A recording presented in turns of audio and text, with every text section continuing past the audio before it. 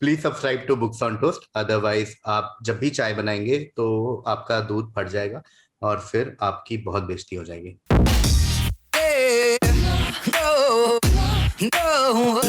Hello and welcome to the Books on Toast channel. My name is Sharon, and with me is this creature called Anuya and a mysterious person whom we will introduce you guys to very, very soon. Let me take a minute to tell you how incredibly excited I am to let you guys know that the podcast is back. Woo! So I feel like this needs to be prefaced with an Amitabh Bachchan style narration, which says that इतिहास के पन्नों में खो गई थी ये कहानी कहीं. I don't know why I became spoken word artist, but imagine Amitabh Bachchan boom behind you. And एक कहानी है podcast की, which is just our favorite format, our most popular format, in which we generally get an influencer guest to come on the show with us to talk about a particular genre of books in extreme deep dive, which is where we are headed today. So, Anuya, do you want to introduce this mysterious guest to our viewers? Yes. I would love to introduce this mysterious guest to our viewers. And I'm also very happy to tell you guys that there was a time when I used to work at YouTube, and there was this thing that we did called Comedy Hunt. KV had just launched his channel, Random Chicky Bum. This was like some 6 years ago, and I can't believe how far KV has come. I am in the same place. In fact, I don't even have a job anymore. But so excited to have him on the Books on Toast channel. It's Kumar Varun, everybody. Actor, writer, comedian, LinkedIn influencer, and of course, most important, Behti ke Papa. Everybody knows all these other things are also there, but Behti ke Papa is with us here now. Yay, KV! Hello, welcome. So happy to have you. So happy to be here. We've been planning this for a while now, but Yes. it never happened for different reasons. But I'm so glad it's happening. The topic of this conversation is books on Indian history. And these are books in fiction, in non-fiction, things that we should have read in school, but we never got the opportunity to. And as adults, we were compelled to discover our own history through our own choices of literature. And that's what we're talking about today. And Kumar, of course, has read a lot on Indian history. So hopefully he will write also some. I don't know. Will you? Yes, one of my lifelong ambition is to write a book. So one day for sure. Okay. One day I'll come to your podcast as an author. So that is my new dream now. One day we'll also come to as authors. We have this one day an author club. It's growing. Okay, so my podcast skills are a little rusty, but I know what our first question always is. And I am going to ask that first question. And that question to you, KV, is what are you reading right now? I'm reading, oh, what a great coincidence. Believe it or not. Man, I have to use my bookshelf. What I'm reading right now is a biography of Sahir Ludhianvi. Okay. Oh my God. And the huge coincidence I'm talking about is, I don't know if you can see the note written here. Yeah, this is a better angle. This book was gifted to me by someone called Girish Narayan Das.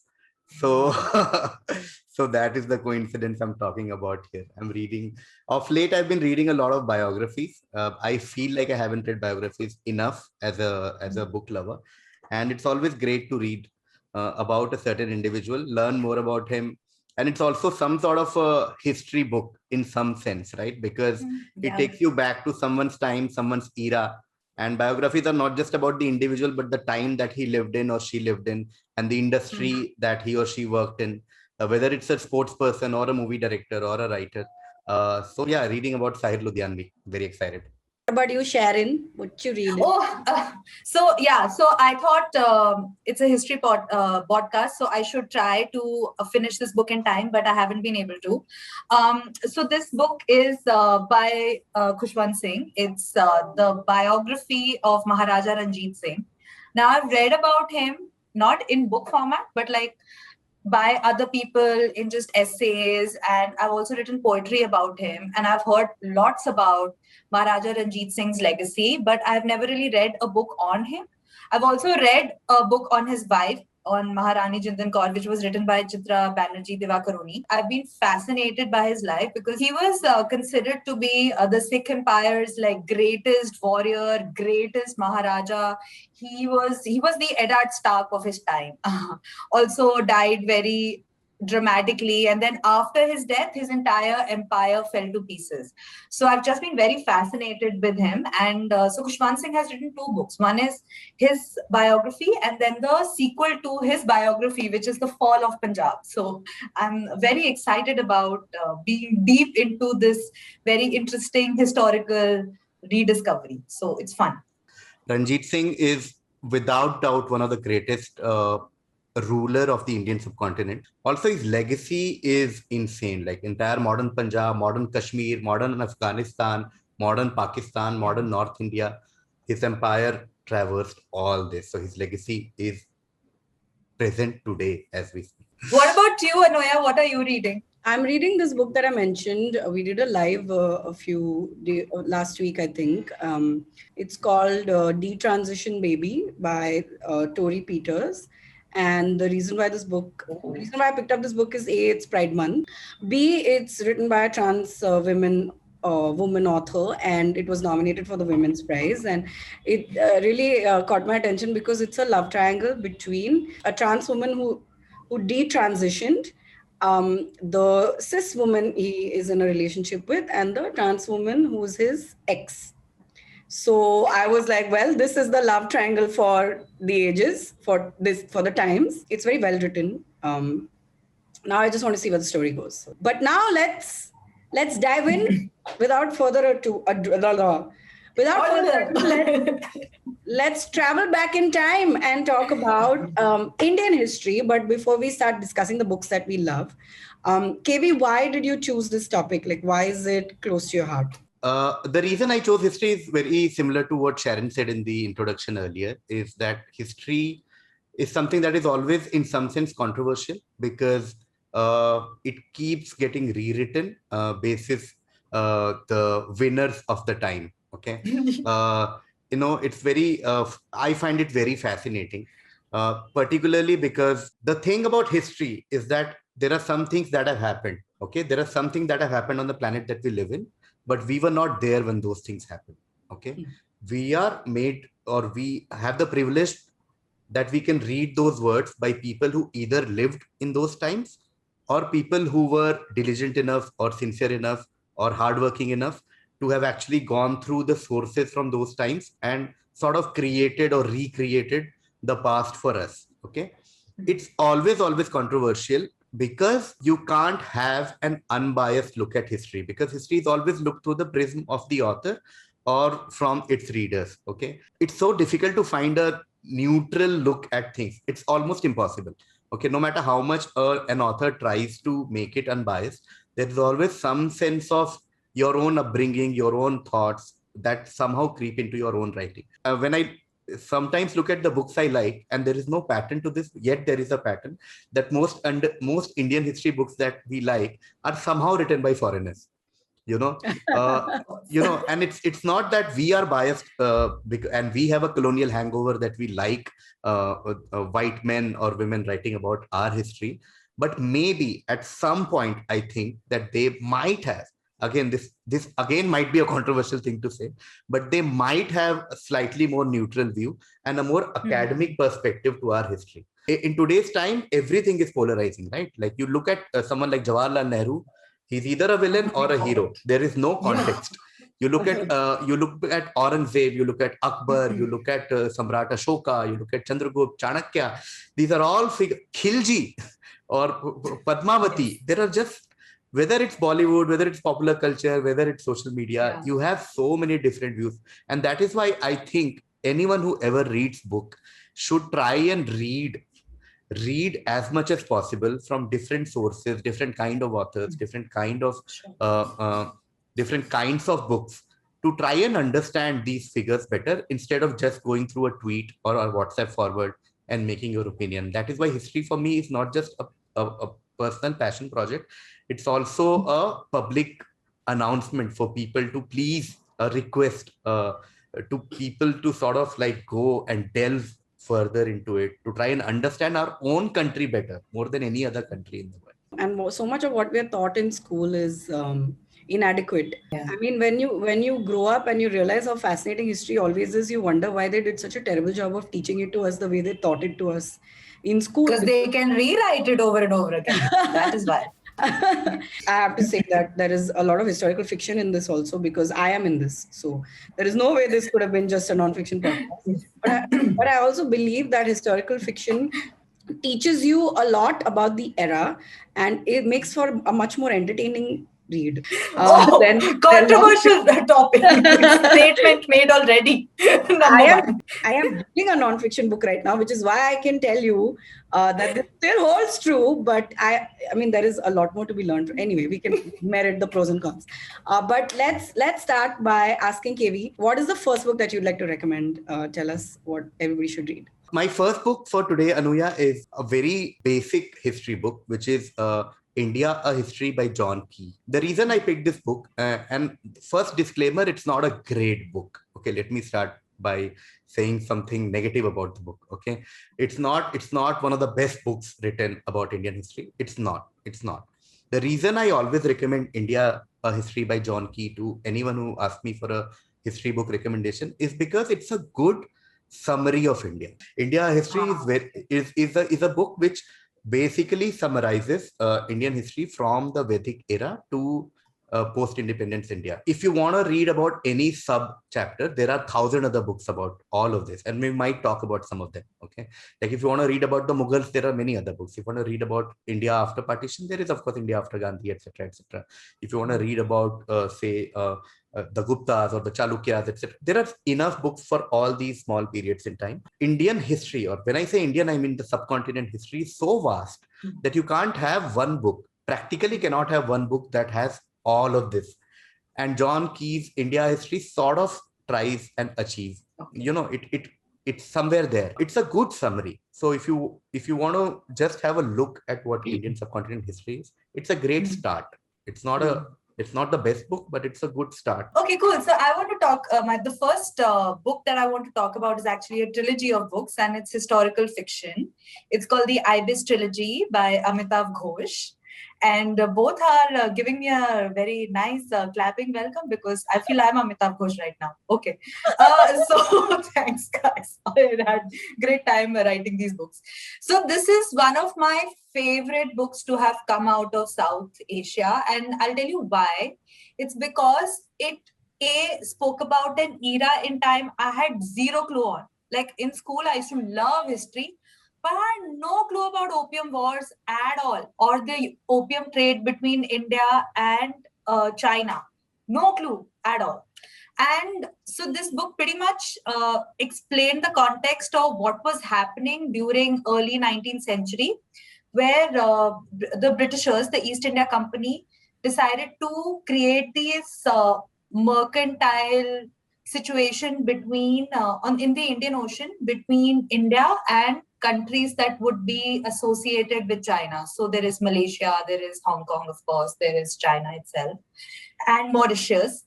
And what they were doing was taking opium and what they call indentured servants from India, which is basically cheap, unpaid labor, slaves essentially, from Calcutta and the our East Coast to China. What they were also doing is littering the Chinese market with what they call free trade practices by saying, hey, opium is not no drug. We can sell wherever we want because we have said this is law. Okay, so now you agree with my law. That's how the Britishers work. They basically just gaslighted everybody into thinking that what you are thinking is wrong, basically. So this is what was happening in early 19th century. And so what Amitav Ghosh has done is, by 3 books called Sea of Poppies, River of Smoke, and Flood of Fire, try to create the atmosphere of what was happening with these opium trades. And there were also so many wars that were fought. There was the first Opium War. It's also what the Britishers called the Great Experiment, where they were just moving people, displacing people from India to Mauritius to Malaysia to China, and getting them to work on fields and just do a lot of like slave trade without really making a big deal about it, right? So this was what was happening in the background. So you get to know a lot about the culture of that time, the society of that time, and of course it is written in Chinese Pidgin English, which is also really fun to read without it becoming like a problem for you. So writing wise is excellent, historical perspective wise it's excellent. It's of course 100% biased because it's telling the India side of events, is how Indians perceive the opium trade. And of course it's you can see how people basically were not given any agency on their lives. Like one of the main characters in these novels is this girl called Diti, and she was treated pretty much like a slave. Like she was married off and her husband was impotent, so she was drugged with opium, and her brother-in-law raped her, and her son was her brother-in-law's son, and she at some point contemplates sati, and she's then married off to like some high caste person, and they are like escaping India. It's just like some weird shit is happening in this novel, right? And it's got that potential to be such a great web series that will really educate people in India, like even actually all over Southeast Asia, about the situation at that time, because it really contextualizes why sometimes we do the things we do and why there are these tensions between in Southeast Asia, because they historically go back so many centuries ago and everybody has lost context to why it happened in the first place. But it's fabulous. So yeah. Yeah, I just want to add two quick points to what Sharon said. One is I completely agree that opium war is not discussed enough in history and in textbooks. Opium war and opium trade is something that has affected two most populous countries in the world, okay, India and China. But it does need to be talked more about. And also this entire trade of slaves from India, again, something not talked about enough. It's only talked about when a prime minister from Mauritius comes to India and he's like, hey, my roots are in Bhojpur district of Bihar, and I'm going to my village. And and everyone just becomes very patriotic then, saying, hey, tujhe pata hai, Mauritius mein people speak English, French and Bhojpuri. So people become all sentimental about it, but no one really talks about it. The second quick point I want to talk about is that, there are some books that you love so much that you remember the exact moment when you read that book. And I love Sea of Poppies that much. I specifically remember I was sitting in Trivandrum and I opened Sea of Poppies and I read, it's there right there, bahar wale room. So I opened Sea of Poppies, and on the second page in italics, there is a line in Bhojpuri. Okay. And Bhojpuri is the language from the region I belong to. And I read and I was like, what is happening? And I think Diti's husband, I think he works at Gazipur Opium Factory or something. Yeah. And it was one of those moments where I'm like, oh my God, this book starts, because I did not know about the book. Yeah. So it completely, there's this in my mind, Amitav Ghosh is this elite author and I'm reading his first book and it's ये तो भोजपुर पहुंच गया यार, like he Purvanchal आ गया. I felt so nice. And then of course the entire trilogy, it's Amitav Ghosh. He's a different topic, but great author. I'm going to recommend a book that Vivek used to love, and historically things that Vivek loves I hate. So I was skeptical when I started reading this book, but now I can't recommend it highly enough. It's called Jorasanko, and it's written by this author named Aruna Chakravarti, and she is like a Sahitya Academy Award winner. She's written 15 books. She's a veteran, and this was her first bestseller. And Jorasanko is based on the lives of all the Tagore women in the 1860s, so mid 19th century. And of course, you meet Rabindranath Tagore, and it's his childhood and a little before his childhood. Jorasanko, the name comes from the sort of neighborhood in Calcutta that they lived in, and they had this mansion. It's huge. I googled it. It's huge and beautiful. It's called the Jorasanko Thakurbari, and of course, they were an upper caste. They were a Brahmin family, so rich Brahmin zamindar family, which had a taint on its name because apparently some ancestors of theirs converted to Islam, and so their Brahmin name was tainted. So they were called Pirali Brahmins. I don't know whether what Pirali comes from. I researched, but couldn't find. But it's about the family, but it's about the women of the family. That's the whole It's all written from the perspective of the women. And you learn about Rabindranath Tagore. It's a name, it's a household name, it's a name you've grown up hearing, but you realize how much talent there was in that family. All the siblings were talented. His sister wrote novels.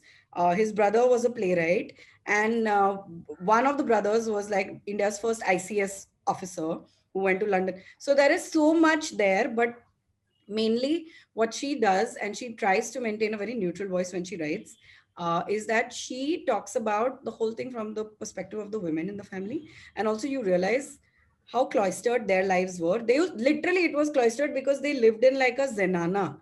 They weren't allowed to step out until like one of the bahus, the second bahu, she stepped out because her husband believed in sort of, he went to London and he came back with all these equality of women ideas. And you read the initial chapters because with such like cringe inside you, because it's like a 6-year-old being married off to like an 18-year-old and a 19-year-old, and you see how the women, they had absolutely no say in their own lives.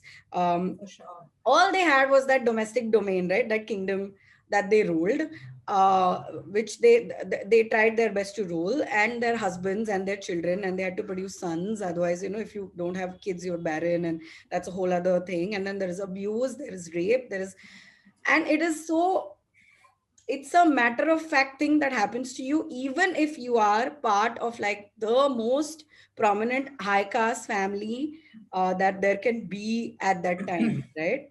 It's very scary, but she does a great job of writing. She writes in a very, her pace is very quick and it's very frantic because she has so much to cover and so many characters. You can lose yourself in that world because itne sare bhai behan the, my God, और उनकी बीवियां और उनके बच्चे, like you could just spend your life just reading about this family and not run out of things to read out. Of course, she's fictionalized a lot. There's a lot of dramatization, but it is a very fascinating read. It tells you about the time. There is a whole section devoted to how the Brahmo, one side of the family adopted the Brahmo Samaj religion, right? So Rajaram Mohan Roy's religion, that was a footnote in our education.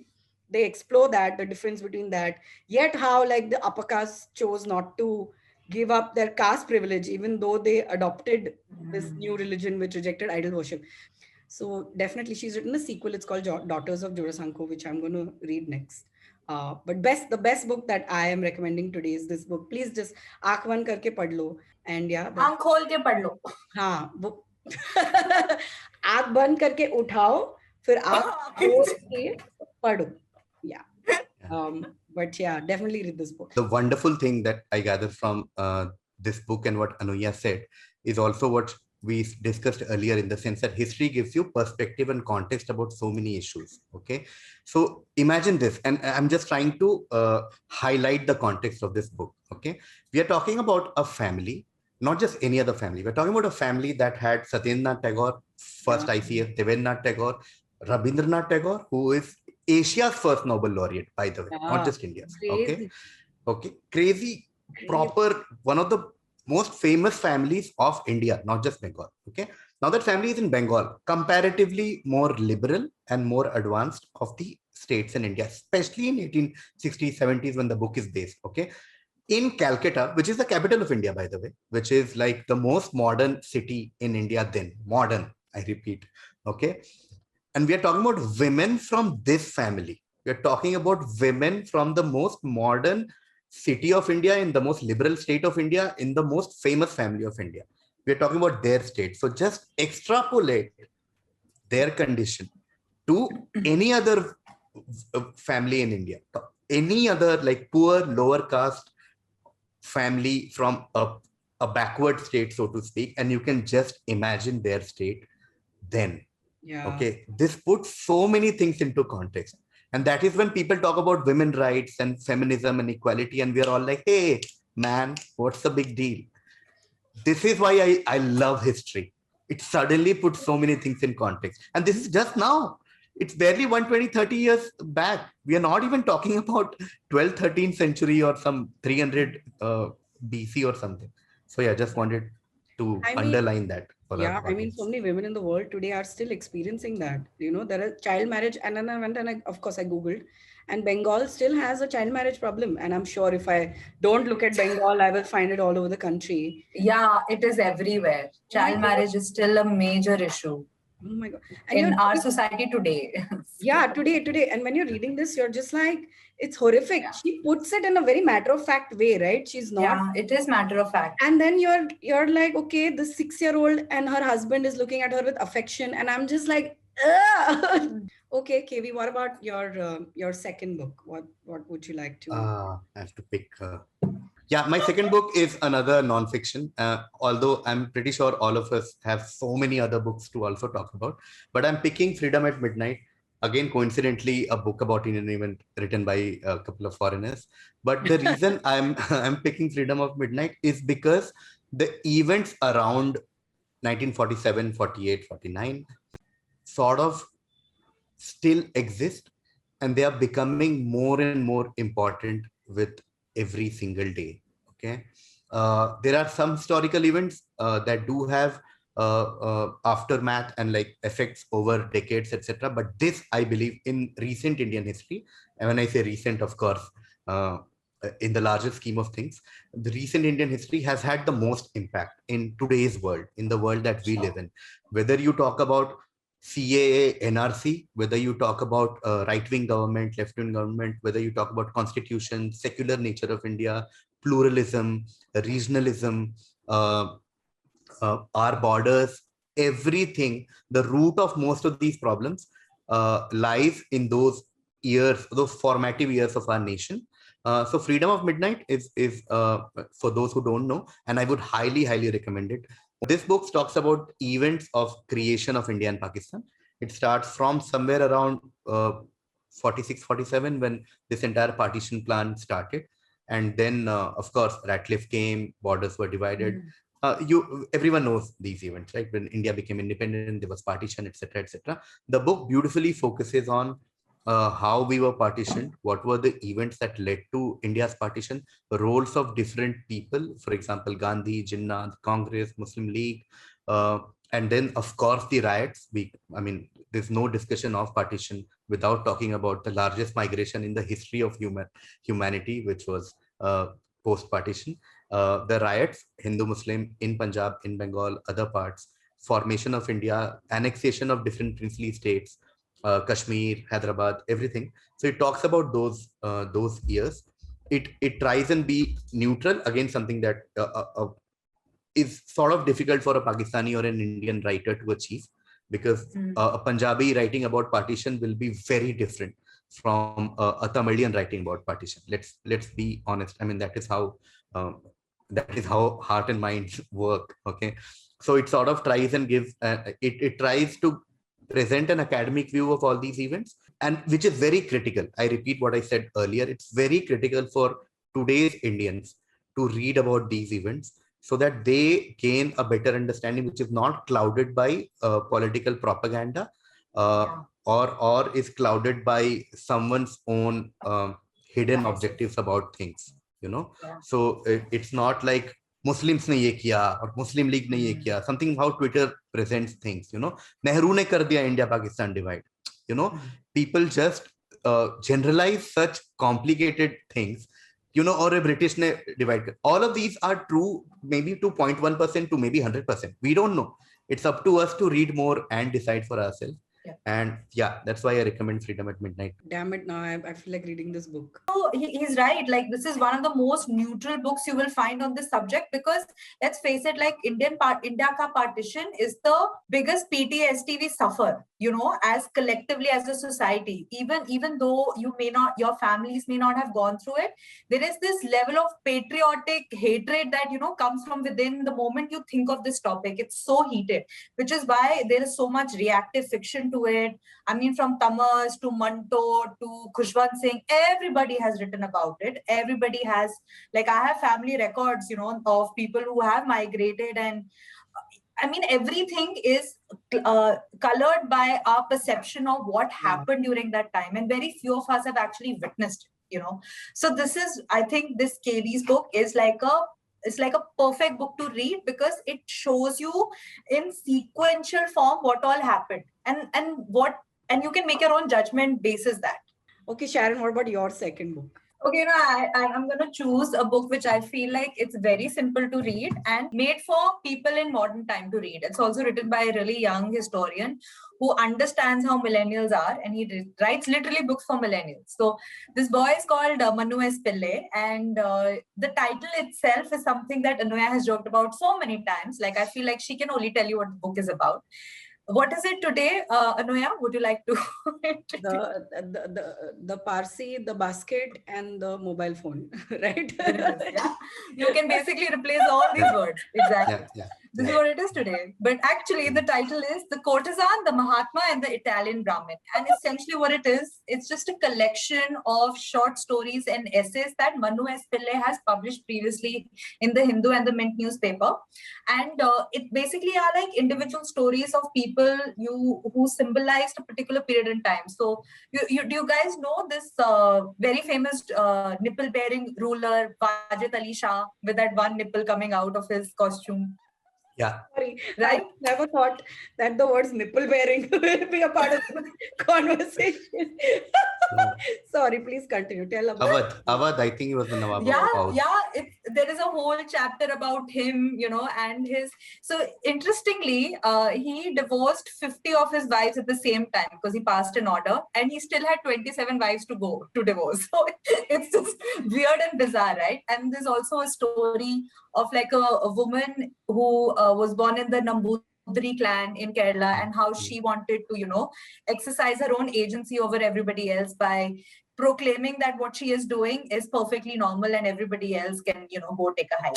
So, and then there is, of course, this Italian guy who wants to be a Hindu Brahmin, and he wants to take up the fight for Brahmins in India because, they don't have enough representation. Yeah, because Like nobody cares about Brahmins in India. No, it's very hard for them. Exactly. And then, of course, there is this one small story that he narrates, which was, sometime happened in the early 19th century, about how there was a Ram Mandir in Ayodhya even then, and how that was pillaged, and it became like a part of the political controversy, and how leaders at that time and columnists at that time had spoken about how we should keep religion and politics away. It cut to many centuries later, we are still having the same wars. So, Funny, hilarious. So I think these are like just amazing snapshots of historical events that have happened through centuries, as early as the 12th and the 13th century, all the way up until post independence. I always say post partition, see PTSD. So so I feel like you guys will read it. It's one of those books that you can keep on your coffee table, and you will just pick it up whenever you're getting bored and you're like, do I do doom scrolling? Do I watch something on YouTube? Should I just read a book in very small chapters, like 2 pages only, and then you just read it and then you shut it down like, today I learned something new today. It's just simply that. That's all I have to say. Amazing book. I just want to take this moment to say that we have discussed a fair amount of Indian historical fiction before. We've discussed the Ibis trilogy. We've talked about Midnight's Children and the Great Indian Novel by Shashi Tharoor. So there was this book called Empire in the ACB prize long list, which I could not read because I felt like she took us to the world, which was very fascinating. It was the Chola dynasty, and then just sort of left us there to explore it on our own. Great video game, terrible book. So that and Half the Night Is Gone, one of our most recommended books that we've told you guys to read over and over again. Also another great piece of historical fiction that we've covered on Books on Toast. And so this book is very not Anuya. It's like, why is she reading this? But I'll tell you, I didn't pick this up for a casual read. I started reading it because I'm writing something set in that era, and sort of I needed to do my research. And so I picked up this book, and it's just so well written and so interesting that I now find myself reading it more and more, even though it's not an easy read. It's called Akbar the Great Mughal by Ira Mukhoti. Ira Mukhoti writes a lot of historical nonfiction. She's written these 2 books which are primarily about women. There's one called, I think, Heroines, Powerful Indian Women of Myth and History, which has mythological Indian women and also like historical Indian women.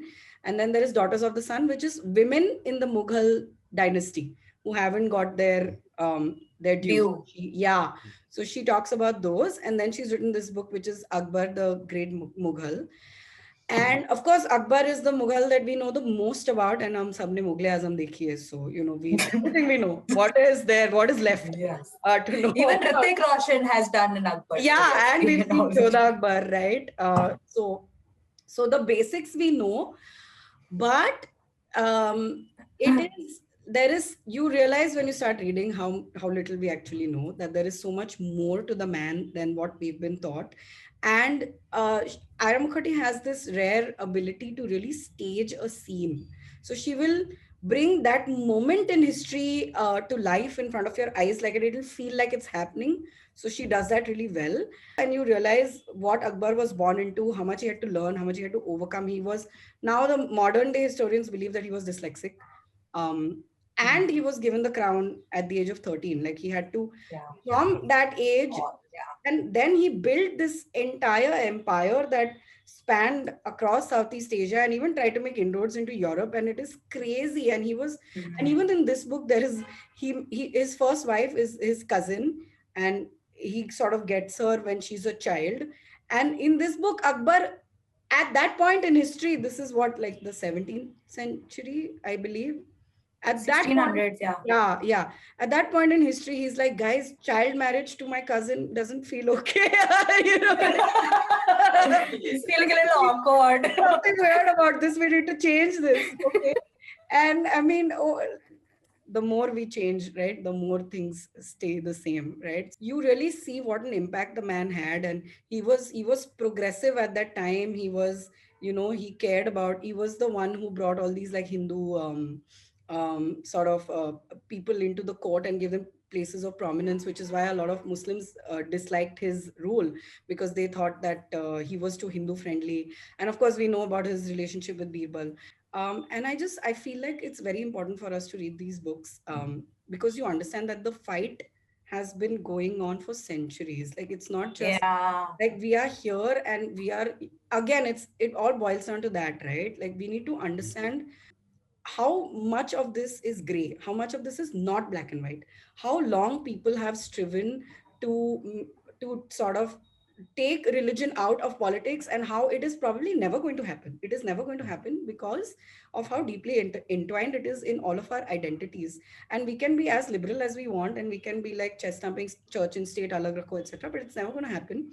And this is a very nuanced conversation and discussion, and we can't put out a tweet or a post and be like, that's it, this is it. That it isn't, it can't be that, because this is centuries of baggage and information, and like this is all we are inheriting so much from our past, and it needs to be examined so carefully before we can arrive at any sort of conclusion. But see, Mughals themselves are so fascinating. Okay, out of the great Mughals, Akbar is the most unique, probably the only Mughal who was born in a time where he was not really born to a king.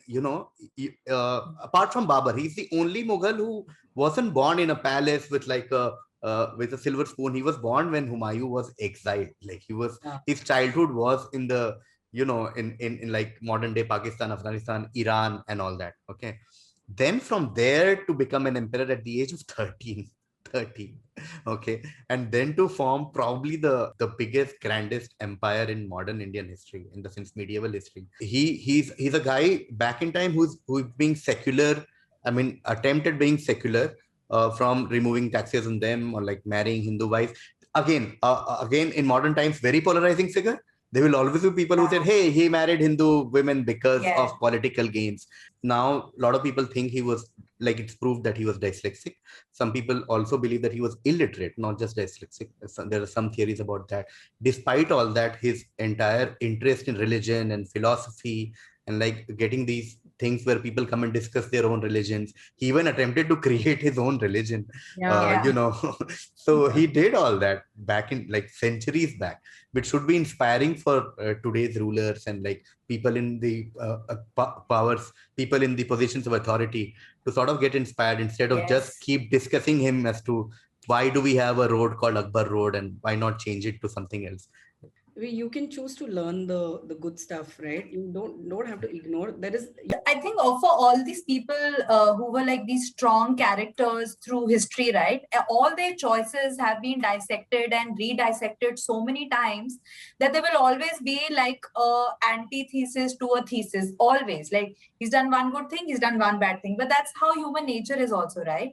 He also gave music its due credit, right? He didn't even if we believe that he was illiterate and dyslexic and all of that, he was such such an evolved human being because he didn't really need to be liberal or secular, but he was.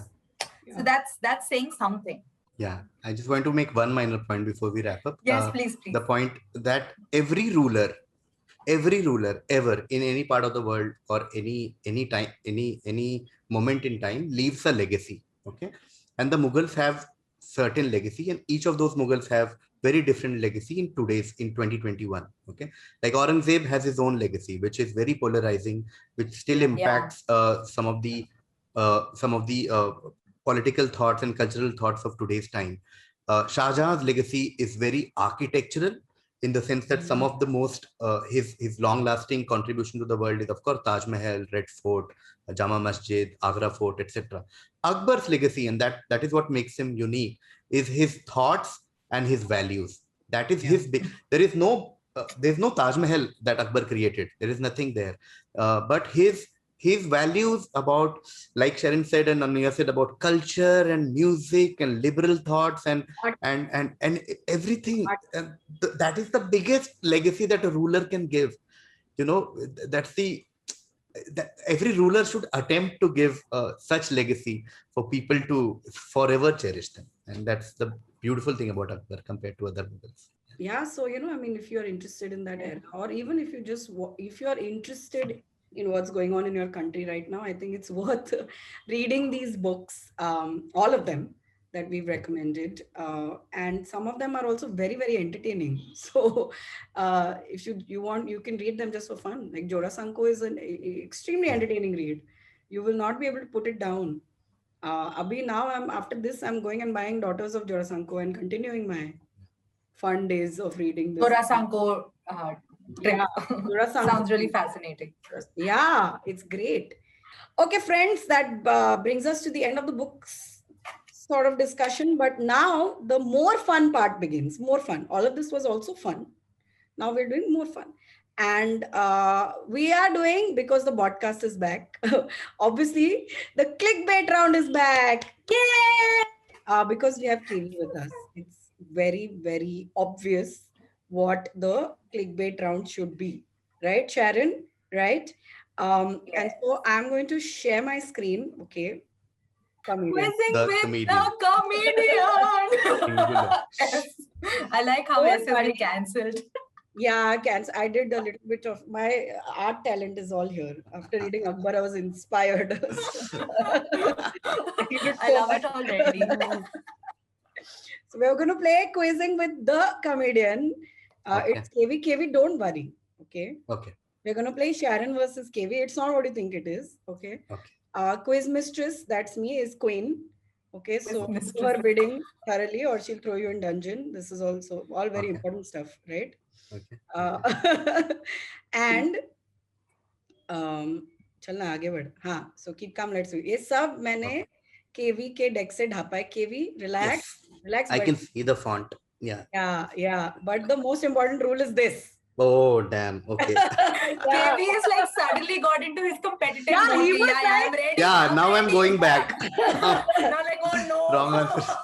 Yeah, you like brain muscles. No, we're going to do this because I realized relaxed. KV, I'll tell you honestly, the thought of composing a question the way you do was like, what time lagega? I can't do this.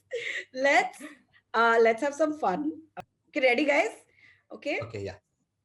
Question 1. when Indians were all like, Simon, go back. Whom were they asking to go back and why? Okay, KV, you start. Yes. Huh. As a fan of Indian history, this is a sitter for me. Okay. Correct.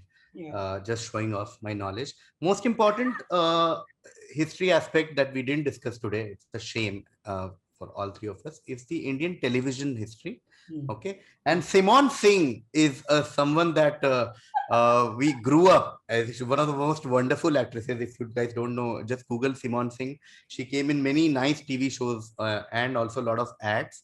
So what happened was, with the advent of OTTs in India, that's another thing that we historians have still not talked about. With the advent of YouTube and like the Amazon dynasty and the Netflix, the Wars of Roses and all happened between the two, and that's when the Indians were like, the TV has to go back now, and they started this campaign where they said, Simon, go back. Famously shown in the movie Legend of Bhagat Singh. They time traveled and then it was shown where they protested against Simon Singh because Singh, so Bhagat Singh, so it obvious Punjab connection. Yeah. And they asked her to go back and bring OTTs. That is the reason. Wow, amazing. This is amazing. Everybody, I've watched Hina, so I know who Simone Singh is. Yes, Simon Singh. Yes. And also watched Kalona Ho, so she's Yes. Pamela. Yeah. Never forget. Yes. Most important. Never forget Indian Simon. history. Yes. Yes. Well done. That's. I will like to hear Sharon's answer before I decide who wins. Oh, I have to also answer the same question. Yeah, you have to. Would you like to answer the next one instead? Yes. Because there's no. Because there's no way upping this answer. Try. Come, you can do it. I believe in you. So while we are talking about television, one of the most famous Simons on television is, of course, Simon Cowell, who, of course, is not very popular in India because no human being can have the name cow in their name also, right? Wow. So, it's anti-national right there. Okay, so Simon's rightful place will never be in India. So he must always go back. Okay, he's had to go back on his decisions on America's Got Talent, Britain's Got Talent. That's why he was replaced by Sonu Nigam on Indian Idol. Yeah. So Simon can never be a thing in India. Simon, just go back. KV, this is wow. I don't know what to pick, friends. I'm gonna give this round to Sharon because she used a pun, KV. You know how I am with fun. Wow, I did not expect this. Queen, KVEN queen. But brilliant attempt. I am proud of you. Well done. Well done. Thank you. So Sharon gets 10 points. Okay. Sharon, KV, 10 points. Now, next question. Shit, this is even more fun than the actual quiz. It's not, I'm just kidding. Your quizzes are great. I love them. Okay, now guys, you have to tell me who is this man, okay? Who is this man? Okay, Sharon, you tell first. This is Maharaja Dalip Singh, not him, but his very distant relative from the middle of India, from a different century altogether. But he loved collecting gemstones. And at some point there was a conflict between pearls and gemstones, but he kind of like I have committed to this now, I will continue on this path. So that's it. He is the original jewel thief. In case anybody is wondering where they went, it's here. Okay. Yeah. Good answer. Good attempt. Well done. Okay, KV, who is this man? Okay, guys, I'm actually going to give you the right answer in this case because it's very difficult. Not many people know who he is. So I'm going to give you the right answer so that people are more aware of who this guy is. Okay. The answer is he is A.R. Rahman. Okay. And I'll also tell you why. Because he was actually born Dilip Kumar. Not many people know this. Some people might think this is Dilip Kumar. No. A.R. Rahman was born as Dilip Kumar. Yeah. Okay. And then for different reasons, for family reasons, he converted to Islam and became Allah Rakha Rahman. and he became A.R. Rahman. Okay. The reason I also, as a fellow quiz master, I know the reason this photo has been chosen is because A.R. Rahman composed for a movie called Jodha Akbar. Okay. So this is behind the scenes shoot from Jodha Akbar, where A.R. Rahman was actually reading Akbarnama, and there's a beautiful chapter there when you have Man Singh, you have Todarmal, you have Birbal, everyone sitting there, and suddenly the great Jalaluddin Muhammad Akbar stood, and everyone was like, "Man, Dine Ilahi, something is going to happen." And suddenly he stood and he said, "In lamho ke daman mein pakiza se rishte," and everyone was like, "Man, woo!" This mic drop he did, and Rahman copied it and made it into a song. He just shared it with Javed Akhtar and actually then Javed Akhtar. Of course. But Javed Akhtar this is A.R. Rahman. Rahman only. It's his name. Yeah. Yeah. That's his This lyricism. is A.R. Rahman. That's my short answer. This is A.R. Rahman. Well done, well done. Both again great attempts, both especially the jewel thief attempt. But I think the winner of this round is very clear. It's KV. KV, you get 10 points. And now we will play the tiebreaker question. Okay. Oh, Which Oh, first man. answer. Okay. I'm so stressed. Yeah. Okay. Are you guys ready? Ready? Great. Huh? Who were Lal Bal Pal? Okay, KV, you go. Oh, man. Okay. I'm very proud of these Okay. questions. Just taking a moment to talk about the questions. I'm very proud of them. Okay, KV, go. Yes. I'm thinking how to score more points. I've so far realized Anuya loves fun, so I'm trying. And of course, this is a history episode, so I'll have to keep bringing historical references. Okay, who were Lal Bal Pal? First of all, massive shout out to the quiz queen masteress, quiz master today, Anuya, because not only is she a bibliophile, she is also a writer, and she knows how to do a character arc and how to close loops. So if you guys notice, the first question was about Simon Go Back, which has nothing to do with Lala Lajpat Rai. Just saying. Okay. And the last question is about Lal Bal Pal. So you know how, like a great writer, she has the arc. Chal. Yeah, I'm just hoping for extra points, Anuya, please. I can see what you're doing. I'm not stupid. Yeah. Okay, it's working. Yeah. Go on. It's working. Okay. Okay, who were Lal Bal Pal? Lal Bal Pal essentially were three of the most prominent lesser known Mughals. When we read about Mughal history, somehow we start with Babur and end at Aurangzeb. Okay. And for some reason, Bahadur Shah Jafar has to come because he was the last Mughal. But there are so many Mughal emperors between Aurangzeb and Bahadur Shah Zafar that we don't talk about. These were the three most prominent Mughals. Okay. Of course, we start with Lal Shah, who was basically a small Nawab in Awadh. Okay. Distantly connected with some nipple showing Nawab that Sharon talked about. So again, just a callback there. Okay. Bal, of course, is Balachandar Durrani, another lesser known Mughal. Okay. He of course was defeated by the Marathas, so he could not really make a name for himself. Poor king, ridden with factionalism, etc., bad army, and Marathas were anyway too strong then under the able leadership of some of the great Maratha warriors. So Balundar lost. Okay. Pal is an interesting one. Okay. Because he was actually so friendly that people called him, they just called him Pal. Okay. It was he never fought, never went into a battle. He was a guy who was just like, hey man, that king, oh, he's a pal, and and there were a lot of religious minorities who were appalled with his rule, and hence sorry, just scoring on the wordplay part. Yes, okay. Yes. And he famously once traveled on a ship called Ibis or Ibis. Again, call back to ma'am's Sea of Poppies. And he was very pally with all the laborers there and the Britishers and everything. So yeah, these are the three least heard lesser Mughals. Lal Bal Pal. Wow, that was a valiant attempt, much like the Mughals. It was very brave. Yes, very, very brave indeed. Sharon, Yes.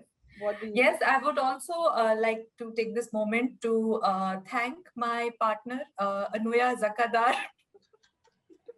Damn it. who has, with whom I have labored to build this community. Sometimes not eaten food and lived on the side of the road. Never mind. Books are great, and yeah, that's awesome. But yeah, so Lal Bal Pal. So I feel like at some point there was a crack in our timeline, and we basically entered an alternative dimension where I think the fight for India's freedom struggle was also the fight with Lord Voldemort at the same time, because I mean we have to defeat the ills, right, of society. Correct. And Lal Bal Pal is actually the war call when they called upon Ron Weasley to come and protect, because Harry Potter's Lal Bal Pal is literally Ron Weasley. Oh my God. So I think this is like, it's an iconic war call whenever you are in a situation and you feel like there is nobody supporting you.